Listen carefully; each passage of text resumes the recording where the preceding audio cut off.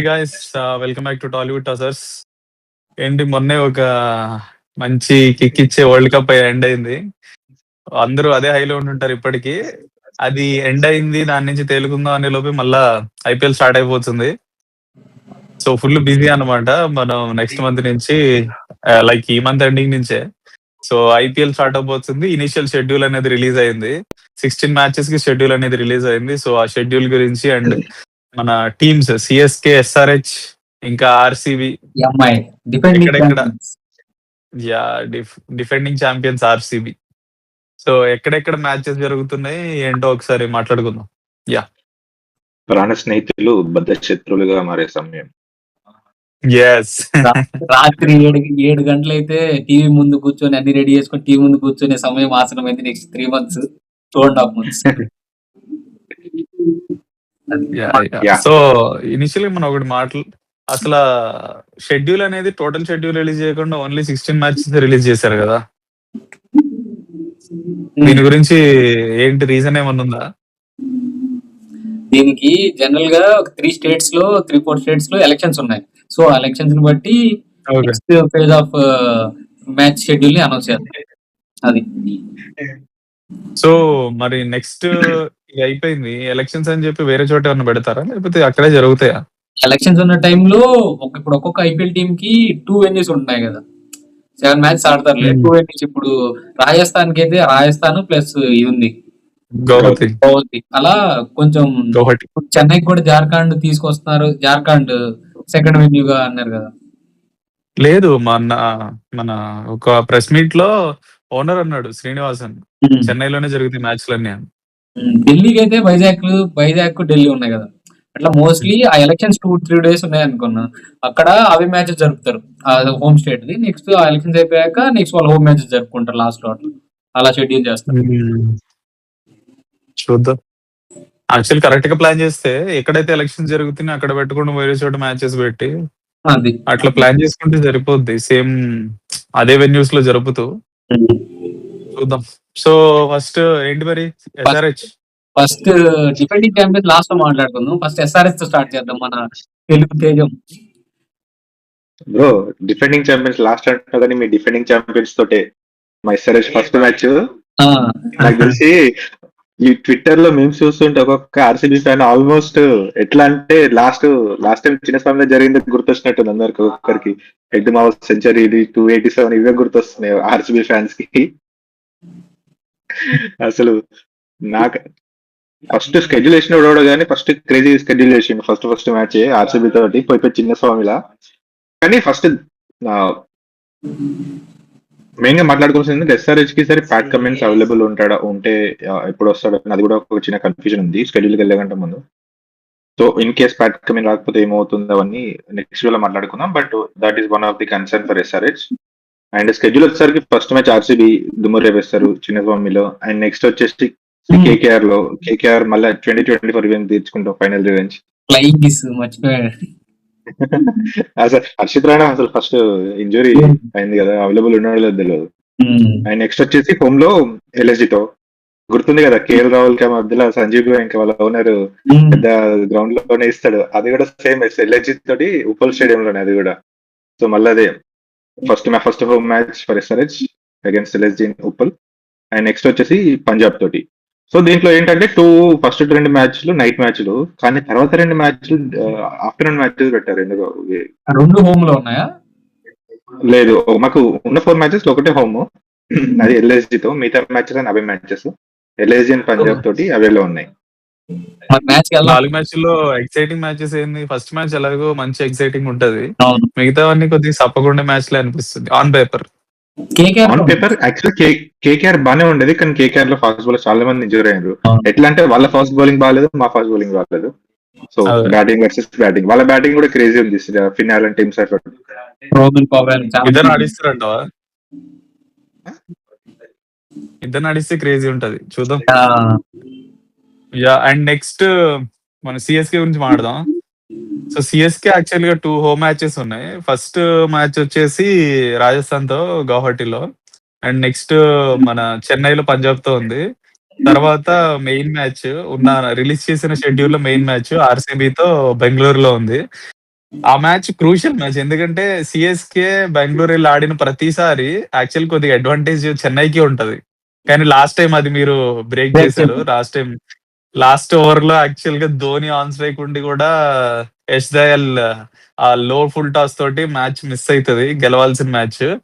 So exciting match, అదొక high scoring exciting match అవుతుంది. And దాని తర్వాత లాస్ట్ మ్యాచ్ వచ్చేసి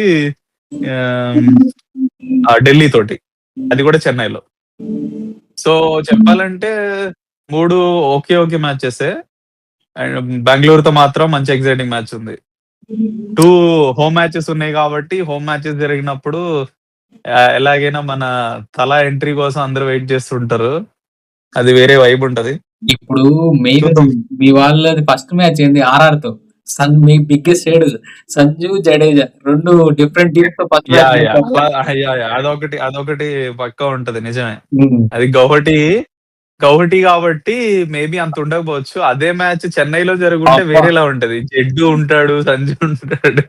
నాకు తెలిసి ఎవరు వచ్చినా అరుస్తూనే ఉంటారేమో.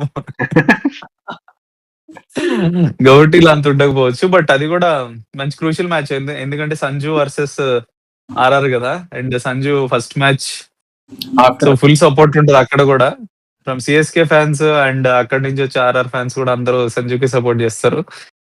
So exciting 2 matches. చూద్దాం. సంజు ఈసారి ఐపీఎల్ లో సిఎస్కే కి బెస్ట్ హైయెస్ట్ రన్ స్కోరర్ గా నిలుస్తారంటారా? ఎవరైనా ఆడియన్స్ నిలుస్తారు అని అనుకుంటే కమెంట్ చేయండి. అంత లేదు బ్రో, నాకు తెలిసి డిసప్పాయింట్ చేస్తాడు ఈసారి ఐపీఎల్ లో సంజు. నేను కూడా అట్లే ఇట్లానే అనుకోండి. అలాంటప్పుడే ఈ కీప్స్ పర్ఫార్మింగ్. చూద్దాం. అలాంటప్పుడు కాదు, ఇప్పుడు అందరూ సంజు పర్ఫార్మ్ చేస్తారు అంటున్నాడు, అందుకే పర్ఫార్మ్ చేయడు ఈసారి. అది అంటే సంజు మనం అనుకుంటామో దానికి ఆపోజిట్ జరుగుతుంది. ఏమో అదే కదా. అట్లని కాదు కానీ ఇంతకు ముందు సంజయ్ ఆడే బ్యాటింగ్ స్టైల్లో ఇప్పుడు కొద్దిగా డిఫరెన్స్ కనిపిస్తుంది. అంటే కొద్దిగా రెస్పాన్సిబుల్ గా ఆడుతున్నాడు ఈ మధ్య. ఆ రెస్పాన్సిబిలిటీని లైక్ ఐపీఎల్ లో కూడా కంటిన్యూ చేస్తే ఏమో కన్సిస్టెంట్ గా ఆడతాడేమో, చెప్పలేదు. అరే రుతురాజు రెస్పాన్సిబుల్ ఆడి, ఆయుష్ మాత్రం రెస్పాన్సిబుల్ ఆడి, సంజు రెస్పాన్సిబుల్ ఆడి, అందరు ఏంద్రా 130 స్ట్రైక్ రేట్ తో ఆడతారా? అయిందా చెప్పడం అయిందా? మిగతా వాళ్ళు రెస్పాన్సిబుల్ గా ఆడడం వేరు, సంజు రెస్పాన్సిబుల్ గా అంటే 200 స్ట్రైక్ రేట్ ఉంటది. డిఫరెన్స్ బ్రో, డిఫరెన్స్ ఉంటది అక్కడ. చూద్దాం, ఐపీఎల్ స్టార్ట్ అయినాక చూద్దాం సంజు ఎన్ని కొడతాడు, ఎన్ని డెకోర్లు అవుతాడు. రెస్పాన్సిబుల్ గా ఆడితేనే 200 ఉంటది, ఆడకపోతే 300 ఉంటది. చాలు చాలు, ఇదే ప్రాబ్లం అన్న. ఓన్లీ మ్యాచ్ అయితే సిఎస్కే అని కాదు కానీ సంజు గురించి చెప్తున్నా. అండ్ సిఎస్కే వచ్చాయంటే ఆబ్వియస్ గా సపోర్ట్ ఉంటది. అండ్ ఈసారి బ్యాటింగ్ మాత్రం మిగతా టీమ్స్ ఏమో కానీ సిఎస్కే మాత్రం ఫుల్ ఫ్లో లో ఉన్నారు అందరూ.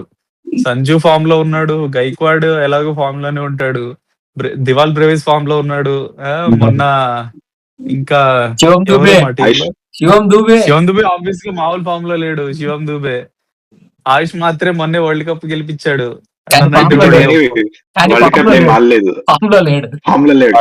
అందుకే రన్స్ గురించి మాట్లాడలేదు, గెలిపించాడు అంటున్నా. పర్లేదు, ఆ మొమెంటమ్ తో ఇక్కడ పర్ఫార్మ్ చేస్తాడు. ఊర్విల్ పటేల్ బానే నెట్ ప్రాక్టీస్ చేస్తున్నాడు. అండ్ కార్తిక్ శర్మ బాగా పర్ఫార్మ్ చేస్తున్నాడంట, 6లు కొడుతున్నాడంట నెట్ ప్రాక్టీస్ సెషన్ లో. So fully excited. నాకు తెలిసి పెద్ద టర్న్ అరౌండ్ అవుద్ది లాస్ట్ సీజన్ కి ఇప్పటికి. ఇంకోటి సిఎస్కే వాళ్ళకి ఏంటంటే వాళ్ళ పిచ్ కూడా మారుస్తున్నారు అనుకుంటా. ఇంతకుముందు slow and spin wicket pitch ఉంది కదా, మొత్తం పిచ్ మొత్తం రీప్లేస్ చేశారంట. యాక్చువల్లీ మొన్న మన వరల్డ్ కప్ చూసాం కదా, హై స్కోరింగ్ మ్యాచ్ చెన్నైలో, కంటిన్యూ అవుతుంది కావచ్చు. సో ఇవన్నీ మళ్ళీ సిఎస్కే గురించి చాలా వీడియోలు ఉన్నాయి, అప్పుడు మాట్లాడుకుందాం. నెక్స్ట్ ఇప్పుడు మన డిఫెండింగ్ ఛాంపియన్స్ ఆర్సీబీకి వద్దాం, లేకపోతే ఎంఐ మాట్లాడిన తర్వాత ఆర్సీబీకి వద్దాం. ఎలా ఉంది మౌలి డిఫెండింగ్ ఛాంపియన్స్ అంటుంటే? అది అందుకే కదా ప్రతిసారి డిఫెండింగ్ ఛాంపియన్స్ అంటున్నారు. అయిపోయిందిలే, ఇంకెంత కాలం, ఇంకొక 20 రోజులు. అంటే ఇంకా 2 వీక్స్ ఉంది స్టార్ట్ అవడానికి. అప్పటి వరకు మేము డిఫెండింగ్ ఛాంపియన్స్, ఐపీఎల్ జరిగేంత వరకు డిఫెండింగ్ ఛాంపియన్స్, ఫైనల్ జరిగేంత వరకు కూడా. చూద్దాం. అది యాక్చువల్లీ మీది మంచి టీమే, మళ్ళా సేమ్ టీం ఆల్మోస్ట్ కంటిన్యూ చేస్తున్నారు కాబట్టి ఈసారి కూడా ఛాన్స్ ఉంది. బట్ సిఎస్కే స్ట్రాంగ్ అయింది, మరి చూసుకోండి. సిఎస్కే అబ్బా ఇక్కడ ఎస్ఆర్హెచ్ అంతే. ఎస్ఆర్హెచ్ ఏం మారింది? ఎస్ఆర్హెచ్ లో ఏం మారింది? ఏం మారలేదు. సిఎస్కే కాదు, సిఎస్కే కి ఇంత పాజిటివ్ చెప్పాను కదా, ఎస్ఆర్హెచ్ కి ఏం మారిందని హోప్ పెట్టుకోవాలి చెప్పు. పులి పాములోకి ఉన్నాడు. అవన్నీ మనం తర్వాత ప్రివ్యూ వీడియోలో మాట్లాడుకుందాం, స్క్వాడ్ ప్రివ్యూలో మాట్లాడుకుందాం. ఏం లేదు అక్కడ మాట్లాడడానికి నెక్స్ట్ కూడా. ఆర్సీబీ గురించి చూద్దాం. మాట్లాడుతుంది, పక్కన పెట్టండి. డిఫెండింగ్ ఛాంపియన్స్ ఆర్సీబీ గురించి మాట్లాడదు. First match, opening match, defending champions RCB versus SRH. First match అది కూడా బెంగళూరులో జరగబోతుంది. ఒక స్టార్ సింబల్ పెట్టారు, ఎందుకంటే ఆ సేఫ్టీ కన్సర్న్స్ పోయినసారి కప్పు గెలిచినప్పుడు ఎంత రచ్చ అయిందో చూసారు కదా. సో కొన్ని సేఫ్టీ కన్సర్న్స్ వల్ల స్టార్ పెట్టారు. ఫస్ట్ మ్యాచ్ బెంగళూరులోని, మోస్ట్లీ జరుగుతుంది బెంగళూరులో. నెక్స్ట్ మ్యాచ్ ఢిల్లీ క్యాపిటల్స్ తో ఒక నిమిషం. Next match Chennai Super Kings బెంగళూరులో, అది కూడా. Next match Rajasthan Royals, next match Mumbai Indians. ఈ 4 మ్యాచెస్ లో 3 మొత్తం అదేమంటారు rivalry matches, except Rajasthan Royals తో పోలిస్తే Chennai Super Kings, Sunrisers, RCB 3 మంచి మ్యాచ్లే. అది కూడా 2 బెంగళూరు, 2 అవే మ్యాచెస్. ఫస్ట్ మ్యాచ్ తోటి మీ కాన్ఫిడెన్స్ వెళ్ళిపోతుంది అంట కదా, అంత ఛాంపియన్స్ అని మర్చిపోతారంట కదా ఫస్ట్ మ్యాచ్ తోటి. అంత ఏం లేదు, ఆడేది సిఎస్కే వెళ్తావు కదా. లాస్ట్ టైమే అన్ని రికార్డులు బ్రేక్ చేసాము. ఎస్ఆర్హెచ్ కదా, ఎస్ఆర్హెచ్ కదా, చెన్నై అంటున్నా. ఎస్ఆర్హెచ్ ఎవరు అదే ఇందాక మాట్లాడాం కదా, ఎస్ఆర్హెచ్ బౌలింగ్ ఎంత స్ట్రాంగ్ కాదు. ఎస్ఆర్హెచ్ బౌలింగ్ ఎంత స్ట్రాంగ్ మనకు తెలుసు. ఇంకా మీరు 300 కొట్టినా, 280 కొట్టినా, ఎన్ని కొట్టినా మామూలు 9 మెంబర్స్ బ్యాట్స్మెన్స్ ఉన్నారు, సో కొట్టేస్తారు. మసాలా కొట్టింది కదా 200 250 ప్రతిసారి 200 కొట్టారు. మీరు బ్యాటింగ్ వికెట్ ఇచ్చి ఎస్ఆర్హెచ్ లో గెలుద్దాం అంటే కష్టమే. మీరు గెలవాలనుకుంటే కొద్దిగా బ్యాలెన్స్డ్ బౌలింగ్ పిచ్ ఇవ్వాలి. ఎస్ఆర్హెచ్ బ్యాటింగ్ పిచ్ ఇచ్చి గెలుద్దాం అంటే కష్టం. ఏమో ఇప్పుడు పులి మొన్న ఫెయిల్ అయ్యాడు, అలాగే హెడ్ ఫెయిల్ అవ్వచ్చు, ఫైనల్ బాల్ మళ్ళీ హెడ్ ఫెయిల్ అవ్వచ్చు. ఇషన్ కిషన్ ఆడచ్చు, ఇషన్ కిషన్ మీద నమ్మకం ఉంది. ఎన్కేఆర్ మొన్న అప్పుడు యాండ్రీ క్లాసిన్ ఈ మధ్య T20 ఆడట్లే, వెరీ తక్కువ ఆడుతున్నాడు, ఆడకపోవచ్చు. లివింగ్స్టన్ అంటే మా ఆర్సీబీ వాడు, అతనే అది ఆడకపోవచ్చు. ఇంకెవరు కొట్టడానికి మీ ఆర్సీబీ రిలీజ్ చేసినప్పుడు మీద కష్టం ఆడతాడు బ్రో. చూద్దాం. సరే ఇవన్నీ మనం ప్రివ్యూ వీడియోలో మాట్లాడుకుందాం. సో ఫైనల్ గా 2 అవే మ్యాచెస్, 2 హోమ్ మ్యాచెస్ ఉన్నాయి ఆర్సీబీకి. అందులో first match RCB versus Sunrisers, season opener match, అది ఫ్రెండ్స్. సో ఎంఐ గురించి పెద్ద ఎంఐ ఫ్యాన్స్ ఎవరైనా ఉంటే కమెంట్ చేయండి, ఎంఐ గురించి కూడా మాట్లాడాలని. ఎంఐ ఫ్యాన్స్ ఎవరు లేరు మాకు, మేము ముగ్గురం ఈ ఫ్యాన్సే. ఎంఐ వాళ్ళు ఎవరుంటే కమెంట్ చేస్తే ఎంఐ గురించి కూడా మాట్లాడతాం. కుదిరితే తీసుకొద్దాం. ఎంఐ ఆల్రెడీ ఉన్నారు సపోర్టర్స్ బానే, కాకపోతే కొద్దిగా డిస్కస్ చేయడానికి కొద్దిగా సిగ్గుపడుతున్నారు వీడియోలోకి రావడానికి. తీసుకొద్దాం. ఇంకా మిగతా వాళ్ళ దాంట్లో అసలు మిగతా ఫ్రాంచైజ్ లో సపోర్టర్స్ ఉన్నారా మీకు తెలిసిన వాళ్ళు? ఆర్ఆర్ కి ఎవరైనా సపోర్టర్స్ ఉన్నారా నీకు తెలిసిన వాళ్ళు? ఆ స్టేట్ వాళ్ళ సపోర్టర్స్ ఉంటారు, కానీ ఆర్సీబీ, సిఎస్కే, ముంబై ఏంటంటే విరాట్ కోహ్లీ, ఎంఎస్ ధోని, రోహిత్ శర్మ వీళ్ళ ముగ్గురు వల్ల ఓవరాల్ కంట్రీలో ఫ్యాండమ్ ఉంటది. అదేరా, అదే కాకపోతే నేను అంటుంది మామూలుగా మనకు తెలిసిన వాళ్ళలో ఉన్నారా అని. మేబీ సంజు ఇంకా ఆర్ఆర్ లో ఉండుంటే నువ్వు ఆర్ఆర్ సపోర్ట్ చేసేవాడువేమో కదా. సిఎస్కే ఉండగా ధోని ఆడుతుండగా ఇంకో టీం కి ఎట్లా సపోర్ట్ చేస్తా? అంటే సెకండ్ టీం రా. ఇప్పుడు ఆబ్వియస్లీ నేను కూడా ఎస్ఆర్హెచ్ సపోర్ట్ చేస్తా, కానీ నెక్స్ట్ సపోర్ట్ చేసేది ఆర్సీబీకి. ఆర్సీబీ లాస్ట్ టైం గెలిచినప్పుడు మొత్తం రోడ్ల మీద